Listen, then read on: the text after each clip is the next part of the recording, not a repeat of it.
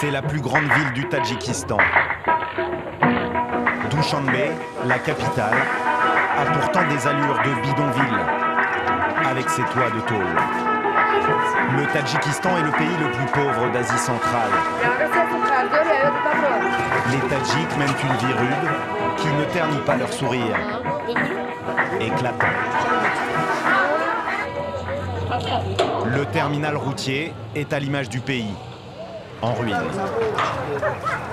D'ici partent tous les camions chargés de ravitailler en marchandises les différentes régions. Bonjour, tu vas bien? Ça fait combien de temps que tu es là? Ça fait 10 jours que j'attends un chargement. Tu vas bien finir par trouver quelque chose à transporter. C'est dur d'être chauffeur, mais si ça ne l'était pas, tout le monde ferait ce métier. Conduire, c'est pénible. Trouver son chargement, c'est pénible. Et la route encore plus. Mais c'est la vie. Pas facile de trouver un chargement en hiver. Les commerçants hésitent. Les camions peuvent rester bloqués des semaines à cause d'un éboulement ou de la neige. Voilà, c'est mon vieux camion russe. Les camions modernes sont équipés d'ordinateurs. Moi, je n'ai que ça. Gerhat vérifie chaque pièce de son moteur. Pas question de tomber en panne. On vient de lui confier un chargement de farine. S'il le livre rapidement, il y a d'autres commandes à la clé. Le voyage commence mal. Il n'a pas les moyens de changer ses pneus usés. Regarde, une pierre est tombée de la montagne et m'a déchiré le pneu.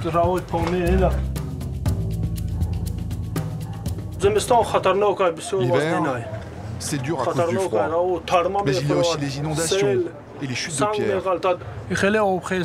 Quand il pleut beaucoup, l'eau s'infiltre dans la roche et la montagne devient friable.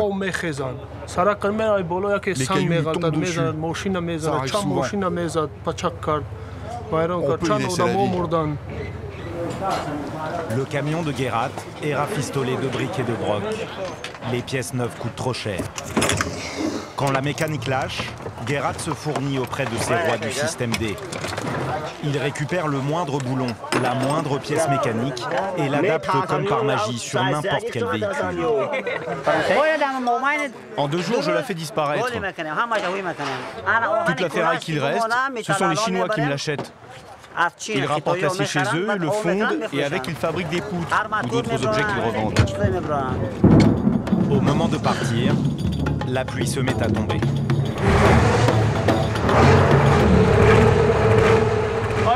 Tu as vu le temps? Un mauvais présage pour Gerhat. Rien ne vaut une petite bénédiction auprès du gardien pour conjurer le sort.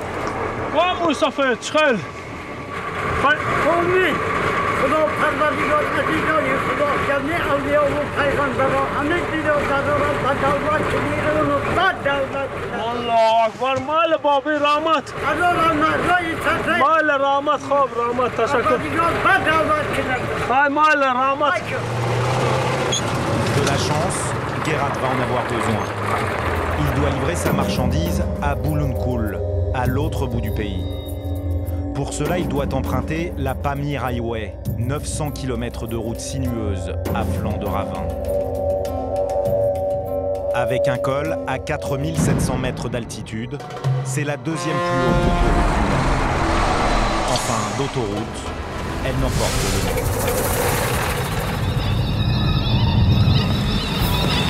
Chute de pierre, glissement de terrain, passage à gué, températures extrêmes qui gèlent les moteurs.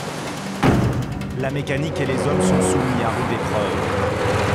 Cette voie est redoutée par les chauffeurs, mais elle reste le seul lien entre la capitale Dushanbe et la région du Pamir.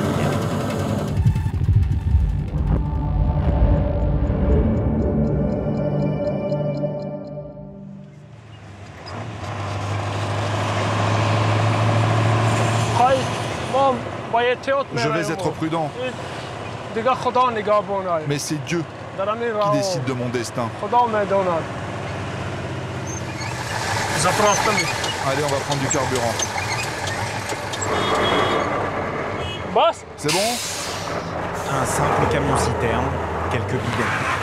Voici la station-service ambulante, un commerce toléré au Tadjikistan. J'achète 800 litres de diesel. Avec ça, on peut aller jusqu'à Kholog. Guérat connaît bien le pompiste.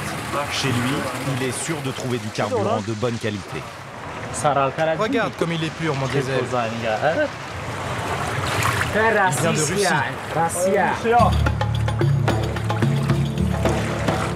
Au Tadjikistan, certaines stations-service peu scrupuleuses n'hésitent pas à couper leur diesel avec de l'eau.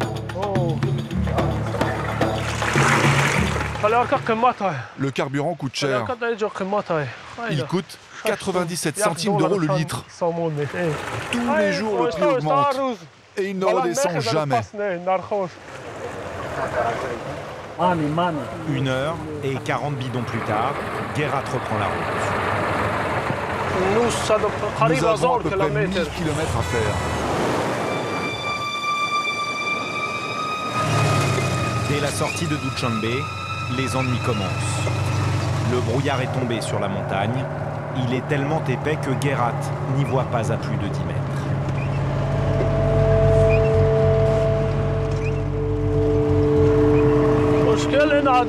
Quand on arrive sur ce col et qu'il pleut, il y a toujours du brouillard. Et alors on voit rien. Rien que le brouillard sur des kilomètres.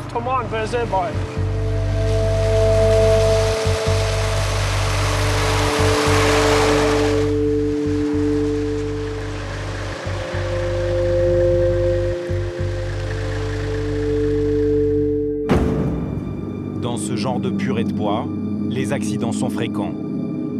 Certains conducteurs, faute de moyens pour entretenir leur voiture, roulent sans phare. Il n'est pas rare de se retrouver en face d'un véhicule qui surgit du brouillard. En montagne, le coup de volant ne pardonne pas, le ravin n'est jamais très loin.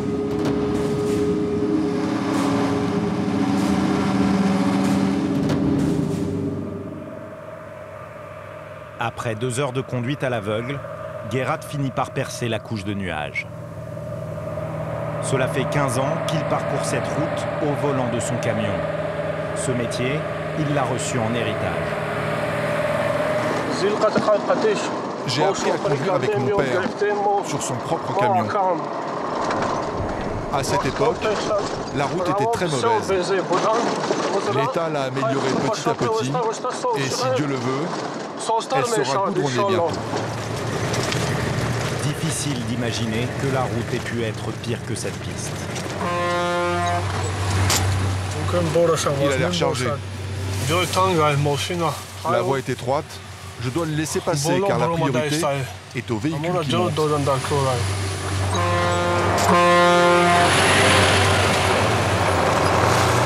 Croisement périlleux. Slalom entre les nids de poules au bord du précipice. Des journées à être secouées dans tous les sens. Cette vie de chauffeur de tous les dangers, Guérat ne l'a pas choisie.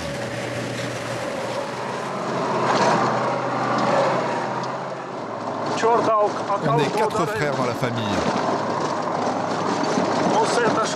Et on est 3 chauffeurs. Mon père a décidé que le plus jeune devait étudier. Alors il l'a envoyé en fac, à Moscou. C'est nous qui lui payons ses études. Je lui envoie de l'argent tous les mois. J'espère que grâce à nous, il trouvera un bon travail dans un bureau.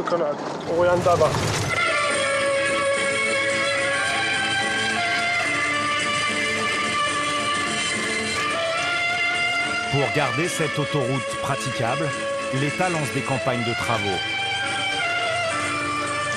Mais cela tient plutôt du rafistolage. Comme ce pont, les chauffeurs étaient contents de le voir construire. Seulement voilà, les ingénieurs l'ont prévu. Un peu trop court. Ce jour-là, Guérat passe sans problème. Il n'y a pas trop d'eau. Pour les voitures, c'est une autre histoire.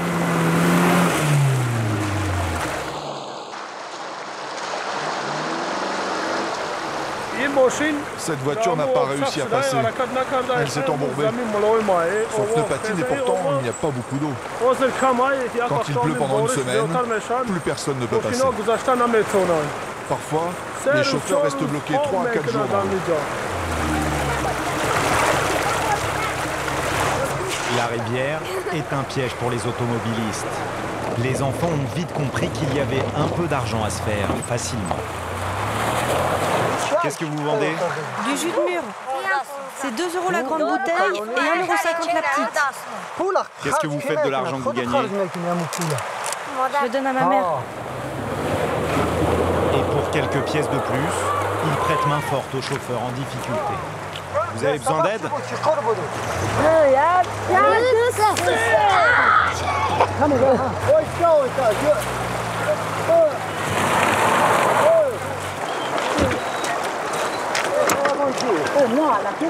La bonne volonté ne suffit pas.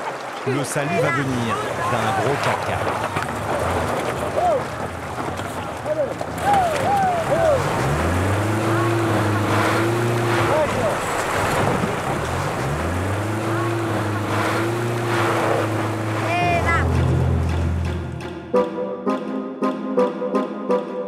Gerhat attaque maintenant une des parties les plus périlleuses du voyage.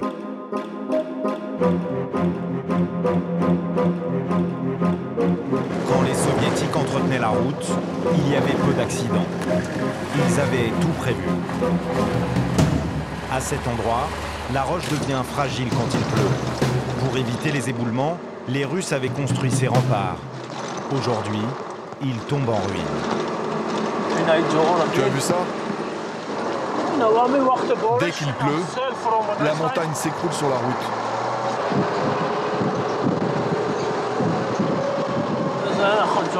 C'est risqué ici. Il faut que je sois attentif. Il y a des pierres qui tombent de là-haut. On risque de s'en prendre une sur le camion.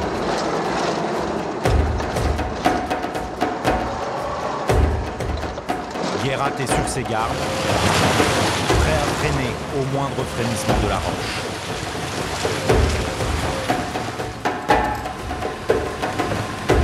Tout le long de la route, des dizaines de carcasses jonchent le ravin. T'as vu ce camion? C'est un bloc de pierre qu'il a envoyé dans le ravin.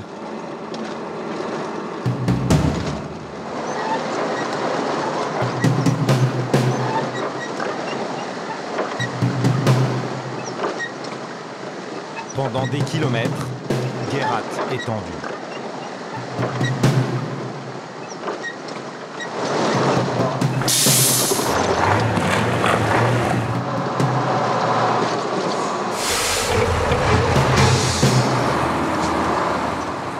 À cet endroit, l'accident a été évité de peu. Les rochers n'ont touché personne, mais ils bloquent les automobilistes depuis maintenant une douzaine d'heures. Vous avez vu ça? C'est pas une route. Vous appelez ça une route, vous? On prend beaucoup de risques en l'empruntant. Il n'y a que les avions qui peuvent passer ici. Je prends cette route très souvent. La semaine dernière, elle était déjà bloquée par les pierres. Pour les sortir d'affaire, 2 antiques bulldozers datant de l'ère soviétique. Des chenilles cassent sur les pierres. Mon bulldozer est vieux et pas très efficace. Ça n'a pas été facile de bouger les grosses pierres qui étaient là. Il n'y a pas de problème avec mon engin. Il fonctionne très bien. S'il veut bien démarrer. Pour cela, il faut de l'inventivité. Et beaucoup de patience.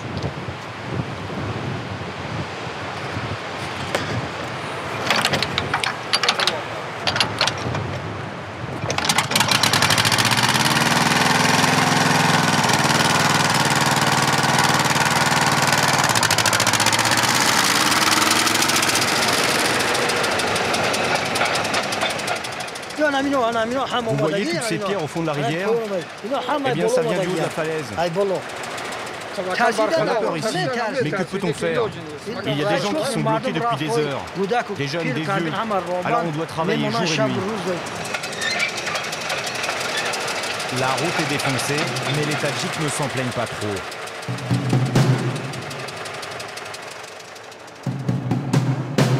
Surtout quand ils regardent de l'autre côté du Pange, la rivière qui marque la frontière avec l'Afghanistan.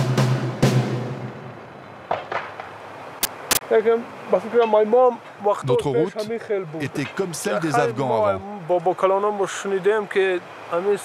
Mon grand-père m'a raconté que les Russes avaient mis à peine 100 jours pour construire la nôtre.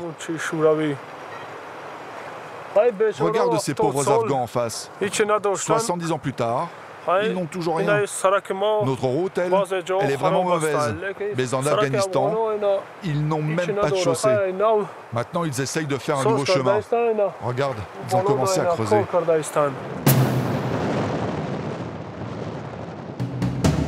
Le Tadjikistan et l'Afghanistan sont nés à la fin du 19e siècle, quand les Russes et les Anglais se sont partagés cette partie de l'Asie centrale. Mais les deux pays n'ont pas du tout évolué de la même manière culturellement. On est de la même communauté. Moi, j'ai de la famille de l'autre côté de la frontière. Je ne sais plus en quelle année ils ont séparé les pays, mais eux sont devenus afghans et nous sommes devenus soviétiques. Regarde les Afghans. Leurs femmes portent la burqa, alors que chez nous, elles sont complètement libres. Les Afghanes, elles, sont couvertes de la tête aux pieds. Et il y a juste un trou pour les yeux.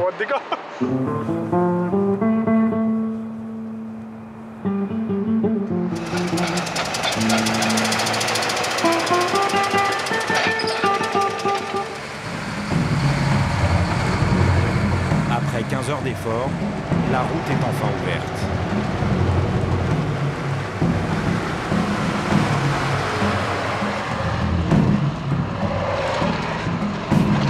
Notre chauffeur n'a droit à aucun répit.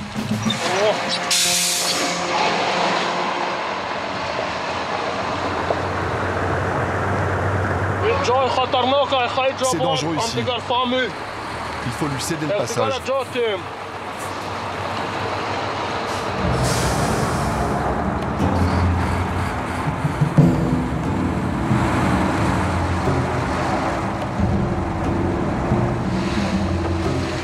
Obligé de reculer sur près de 50 mètres à flanc de précipice.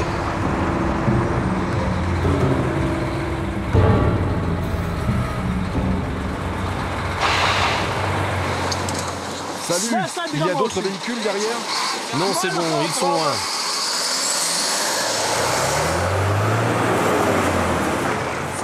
Ce n'est pas bon de rester ici. On va se prendre une pierre sur la tête et on va se faire emporter dans le ravin.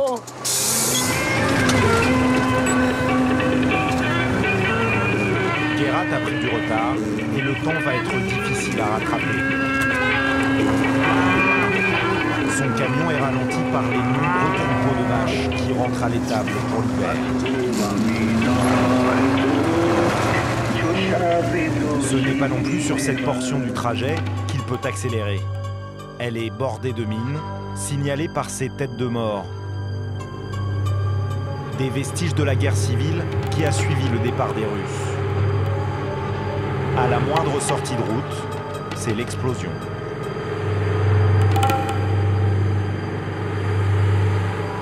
Le trafic est limité, mais à chaque croisement, Guérat tremble pour son camion.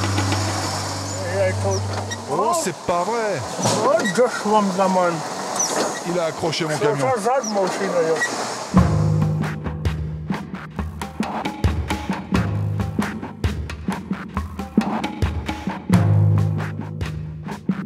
Pour gagner quelques heures, malgré les risques, Guérat conduit de nuit.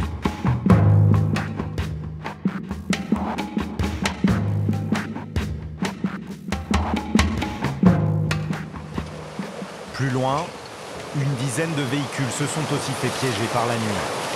Comme Guérat, ils ont été ralentis par les éboulements. Mais pour eux, le danger est bien plus grand.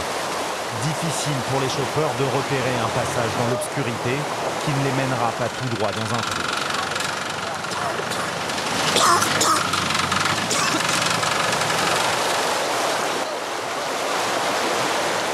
Tout le monde hésite à y aller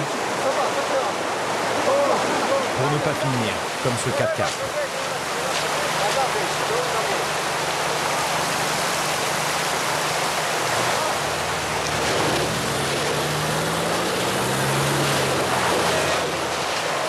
Il est sauvé de l'enlisement, mais il n'ira pas plus loin.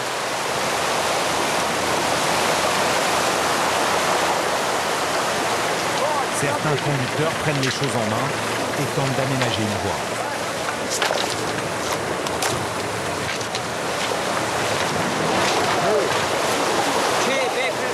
Les plus courageux se lancent. Tous les risques ne sont pas écartés. Les chauffeurs redoutent de se faire emporter par le courant.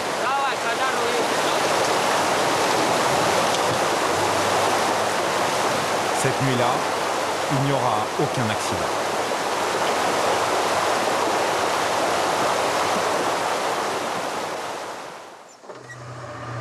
Après 700 km et 3 jours de route, Gerhard arrive à la première étape de son voyage.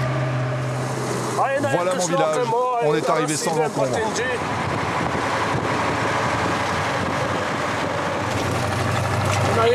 Ça, c'est la première voiture à être arrivée chez nous. C'était à l'époque des Russes. Allez, on va se reposer un peu chez moi. Gerhard habite avec 2 de ses frères et ses parents.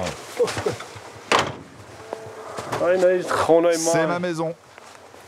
Ses 200 € de salaire sont mis en commun avec ses frères pour subvenir aux besoins de la famille.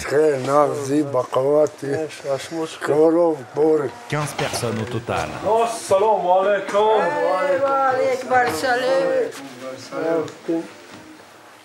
Pour le protéger du mauvais œil, sa mère le bénit avec une pincée de farine. Nos ancêtres avaient l'habitude de faire ça quand ils revenaient de voyage. Voici ma femme, ma fille, mon autre fille et une nièce. Salam.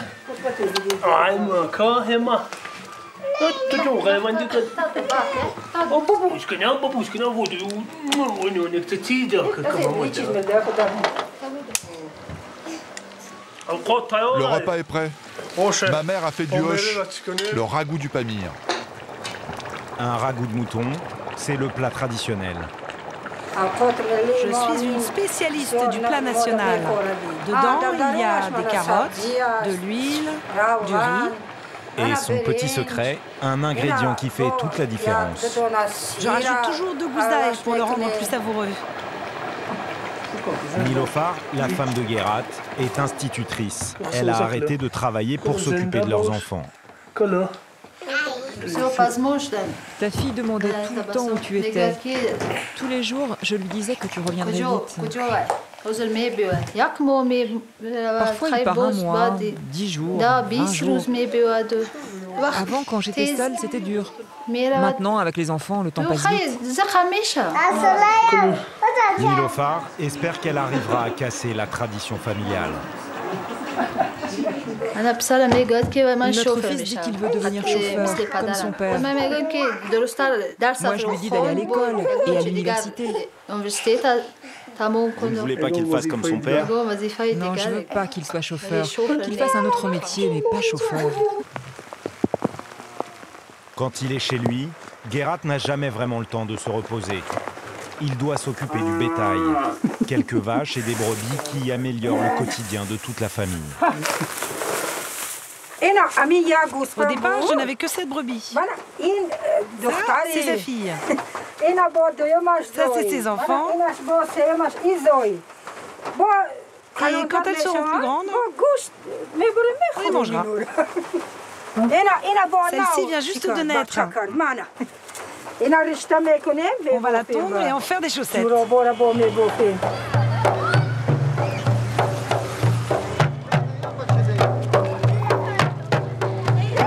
C'est jour de fête dans le quartier de Gerhard.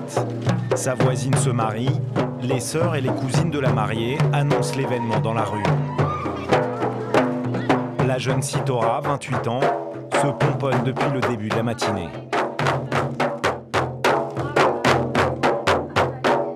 C'est le plus beau jour de ma vie et aussi le plus important. Si Dieu le veut, je serai heureuse. C'est la première fois que je me marie et j'espère bien la dernière.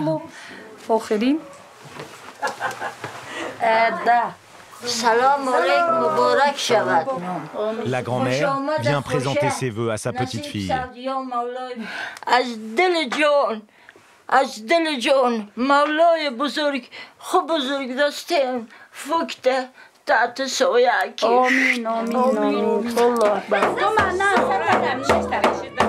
Des nappes, des serviettes, des produits de beauté, les invités constituent le trousseau de la mariée.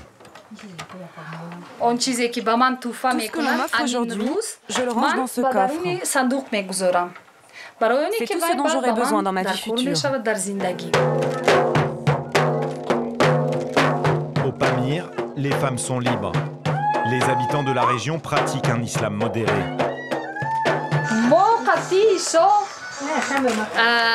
Cela fait 6 ans que je connais mon futur mari. Et c'est moi qui l'ai choisi. Mes parents n'auraient pas pu me forcer à épouser un homme dont je n'aurais pas voulu.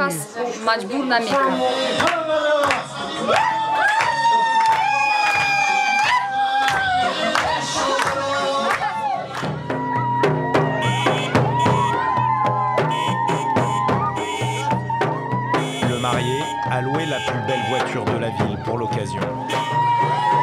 Déjà divorcé, il se marie pour la seconde fois aujourd'hui, une pratique acceptée au Tadjikistan.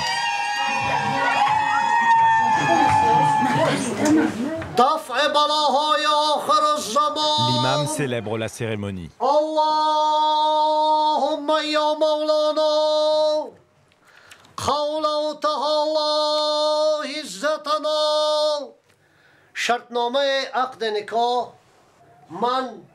همچون معاون خلیفه تیر چید الحال عقد نکاح آنها را تصدیق میکنم آمین آمین الله اکبر مبارک تمام چه ما داشتن جه تو قبول Cachée sous 7 épaisseurs de voile, un chiffre porte-bonheur, la mariée quitte la maison de ses parents pour s'installer dans celle de son époux.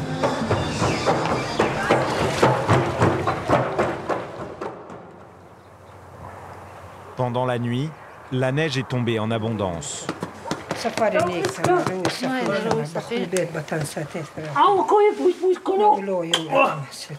Après 2 jours en famille, Guérat reprend la route.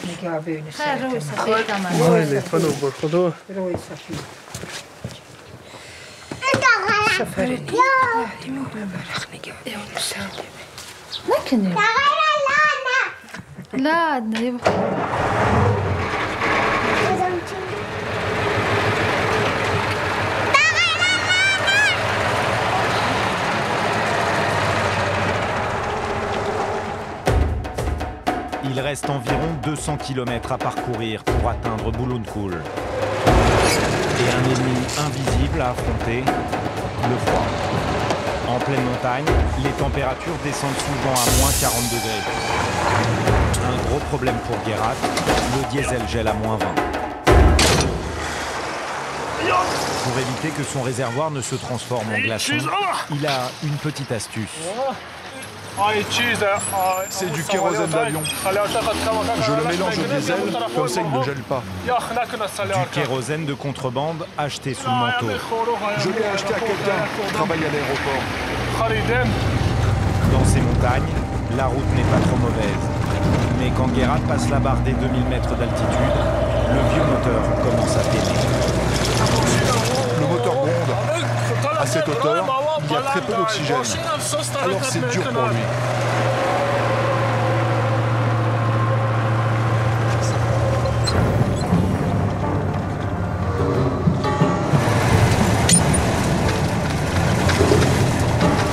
Au-delà de 3000 mètres, la température descend dangereusement. Des précautions s'imposent. Même avec du kérosène dans son réservoir, rien ne vaut une bonne couverture pour protéger les tuyaux du gel. Un moteur cassé par moins 40 degrés. C'est la mort assurée pour le chauffeur.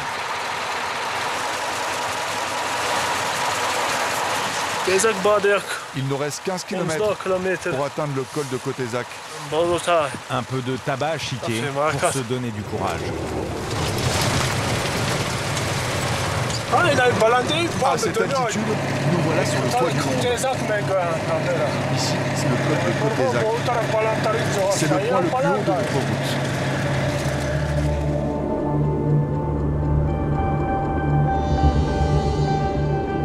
Ce passage, à 4300 mètres, est souvent fermé à cause de la neige. Les chauffeurs attendent alors des jours dans le froid. À cet endroit, nous ne sommes pas très loin de la frontière chinoise. C'est des camions chinois. Ils vont en roll-up. Après des années de communisme, le Tadjikistan est passé à l'économie de marché. La Chine voisine en profite pour inonder le pays de ses matières premières, comme le carburant. Pour arriver au Tadjikistan, les Chinois ont un col à passer. Et quand il est fermé à cause du mauvais temps, c'est toute la région qui en souffre. Depuis plusieurs jours, on ne trouve plus une goutte d'essence à des kilomètres à la ronde. Salut, pas de problème. Salut. Ça va, sauf qu'on n'a plus d'essence. Tu ne pourrais pas nous en donner un peu? Ah non, désolé. Tant pis, allez, bonne route. Merci. Ces hommes attendront 3 jours avant d'être ravitaillés en carburant.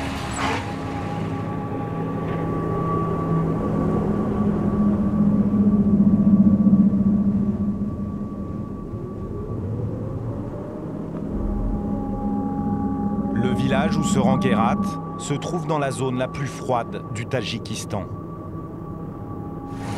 Ici, il n'y a rien. Ni blé, ni agriculture. Les gens vivent surtout de l'élevage de yak.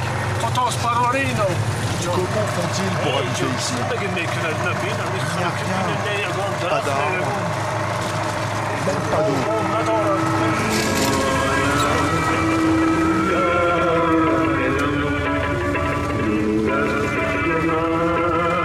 Quand Guérat arrive à Boulounkoul, le premier village, il est trop tard pour décharger sa farine.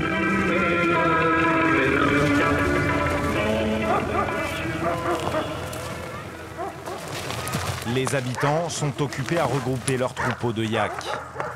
Pas pour les mettre au chaud, mais pour les protéger d'un autre danger. J'ai rentré 13 yaks. Et il m'en manque 3. Ils vont dormir dehors. Mais c'est embêtant car c'est dangereux à cause des loups. Les yaks ne craignent pas le froid. Si je les rentre, c'est vraiment à cause des loups.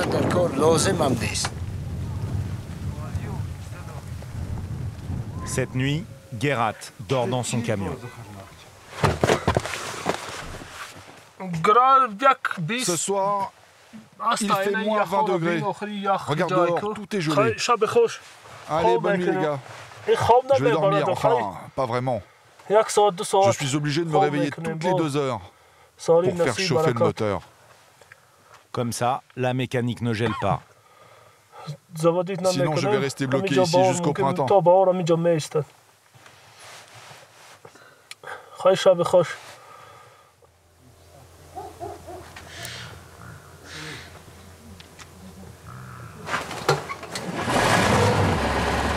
2 heures plus tard, Guérat se réveille, comme prévu.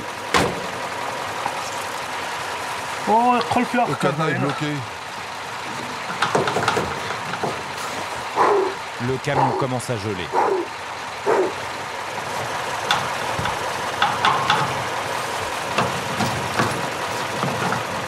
Il faut vérifier que le diesel ne soit pas transformé en glace.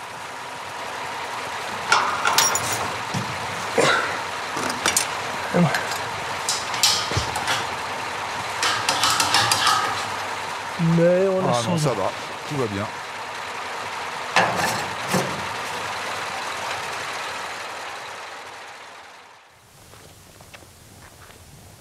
Il est 8 heures. Le village de Boulounkoul s'éveille doucement. Guérat dort encore. À l'école, la journée commence par la corvée des charbons.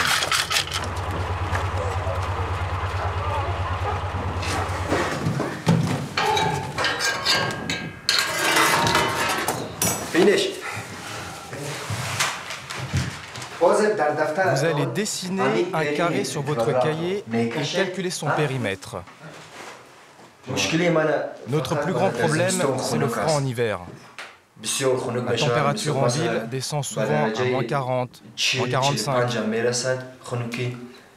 Les enfants sont couverts en classe comme à l'extérieur. Dans ces hameaux du bout du monde, il y a peu de moyens. Mais le gouvernement fait en sorte que chaque élève possède son livre de classe. Dessinez-moi un carré de 3 cm de côté. Une politique qui paie, avec un taux d'alphabétisation de 99%. Mieux qu'en Europe, le Tadjikistan fait figure de champion. Aujourd'hui, pour les habitants, c'est presque l'été. Là, il ne fait pas froid, il fait moins 20 degrés. C'est qu'à partir de moins 50 qu'on commence vraiment à mettre un pull. Guérat a bien dormi, un peu trop peut-être. Il ne s'est pas réveillé toutes les 2 heures. Je pense qu'il a dû faire moins 30 cette nuit. Le moteur a gelé. Je vais faire du feu pour le réchauffer. Je ne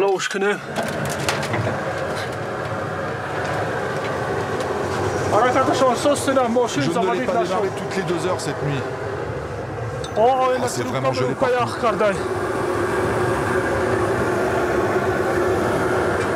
Muni d'un chalumeau, Guérat s'attaque au dégivrage.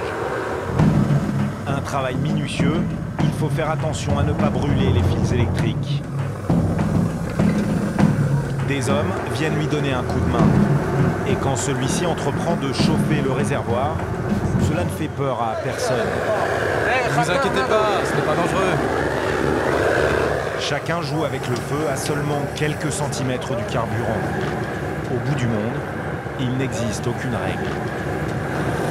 Je fais chauffer le diesel, comme ça il s'enflamme plus vite dans le moteur.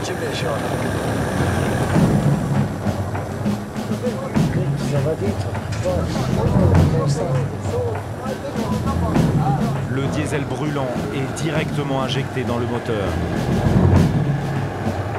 Après 2 heures d'effort, Maintenant, on va voir si ça démarre. Dieu seul sait si ça va marcher. Ah mince, maintenant c'est la batterie qui flanche. La seule voiture en état de marche est réquisitionnée. Je branche les câbles. Et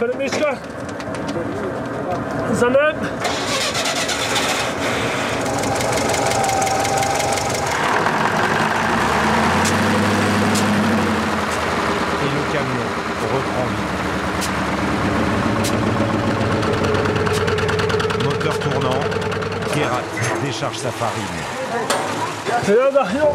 Est-ce que quelqu'un peut m'aider à décharger? Il garde une quinzaine de sacs, destinés à Samantache, un hameau minuscule situé en bout de piste, 20 km plus loin. Mais avant de partir, les hommes le mettent en garde.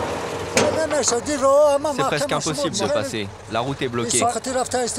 Tu vas rester coincé. Depuis 2 ou 3 jours, les véhicules ont du mal sur cette route. Non, mais je suis obligé d'y aller.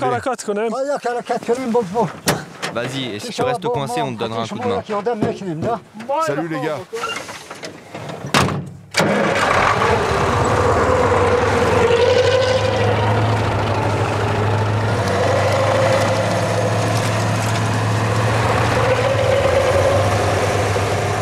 La neige a transformé cette petite montée en obstacle quasi infranchissable.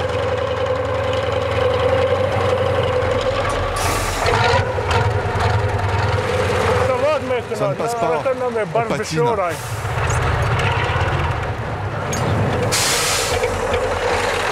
Les 6 roues motrices ne font rien.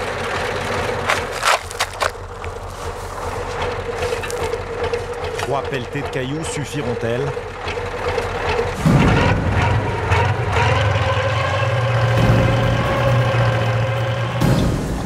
Guérat parvient à se dégager, mais de quelques mètres seulement.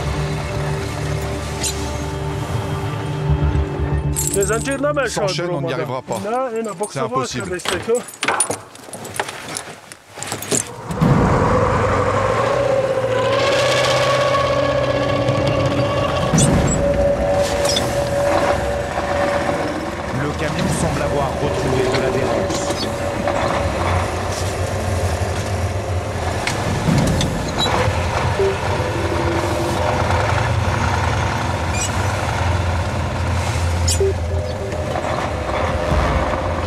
Mais à quel prix? Gerhard est obligé de tirer sur son vieux moteur.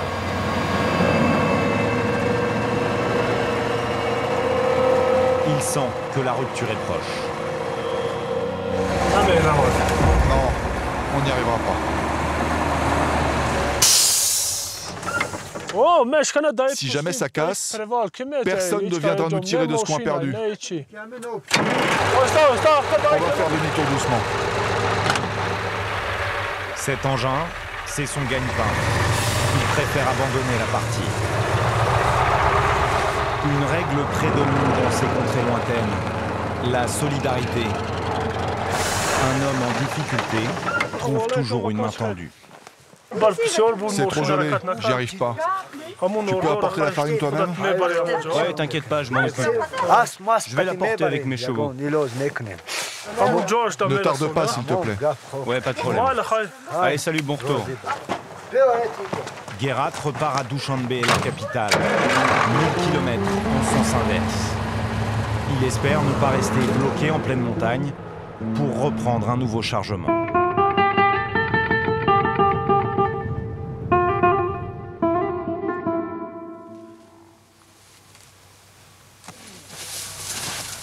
Au petit matin, Dunayar se met en route avec 2 compagnons.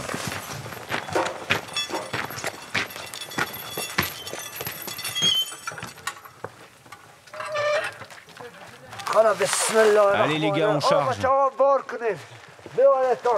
On va apporter la farine aux fermiers.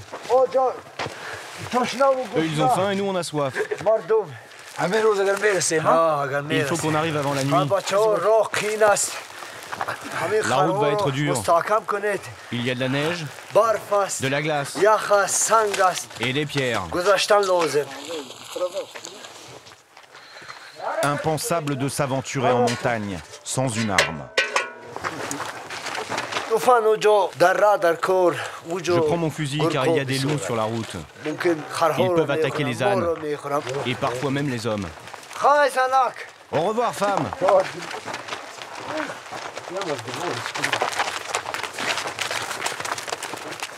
Dunayar en tête, la petite troupe se met en branle. Les animaux seront-ils plus efficaces que les 6 roues motrices du camion? Pour l'instant, les ânes n'en font qu'à leur tête. Ne restez pas derrière, les gars. Allez, on avance, on avance. Il est tard et les journées sont courtes. Allez, suivez-moi. Le convoi doit arriver à destination avant la nuit. Impossible de dormir dehors par ces températures extrêmes. Ne traînez pas.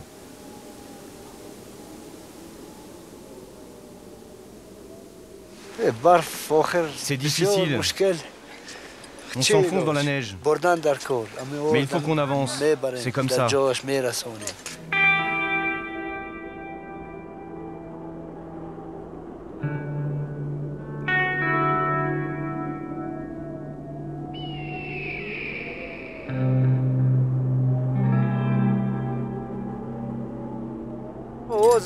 Bon, écoutez les gars, on ne peut pas passer par là. On va plutôt passer par ici parce qu'il y a moins de neige. Et ensuite on traversera de ce côté-là. Même si c'est plus long, on n'a pas le choix. Allez, allez, allez, avancez là. Avancez. Très peu de ces paysans ont dépassé les frontières de leur région. Ils ne connaissent pratiquement rien du monde extérieur. Leur savoir est ailleurs, comme l'art de réciter des poèmes pour se donner du courage.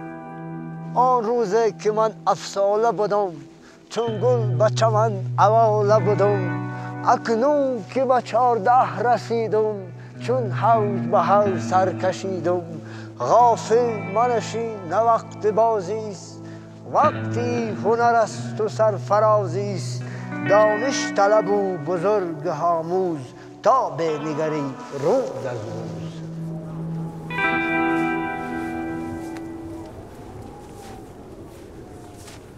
Allez les gars, on est presque arrivés. Il ne reste plus qu'1 kilomètre. On contourne la colline et on arrivera avant la nuit. Allez, on y va.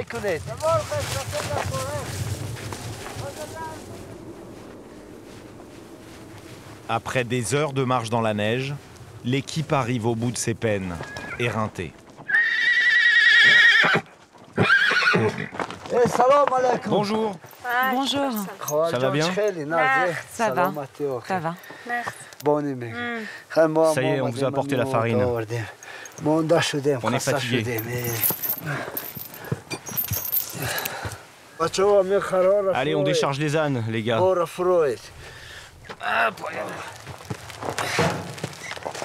Voilà de quoi passer une partie de l'hiver pour cette famille. La farine servira à faire le pain quotidien, la base de tous les repas au Tadjikistan. Ah, on est fatigué. Serre-nous un thé chaud, s'il te plaît, ça va nous faire du bien. Réchauffez-vous. On ne reçoit pas d'invités sans servir ce que l'on appelle ici l'antigel, de l'alcool bas de gamme qui fait des ravages dans ces villages isolés. Elle vient d'où ta vodka? Du Tadjikistan? Ah, elle a l'air bonne. On trinque? À la santé des enfants et à toi, la mère. Vivez bien et longtemps. Faut bien vivre. Hein.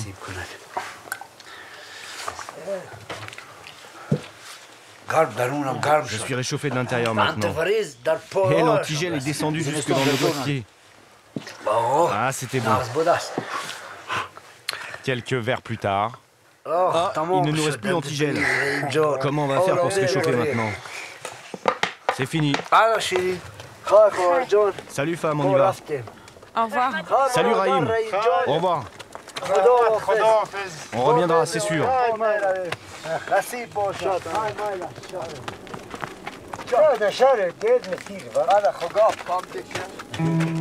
Sans chargement, le retour sera plus rapide.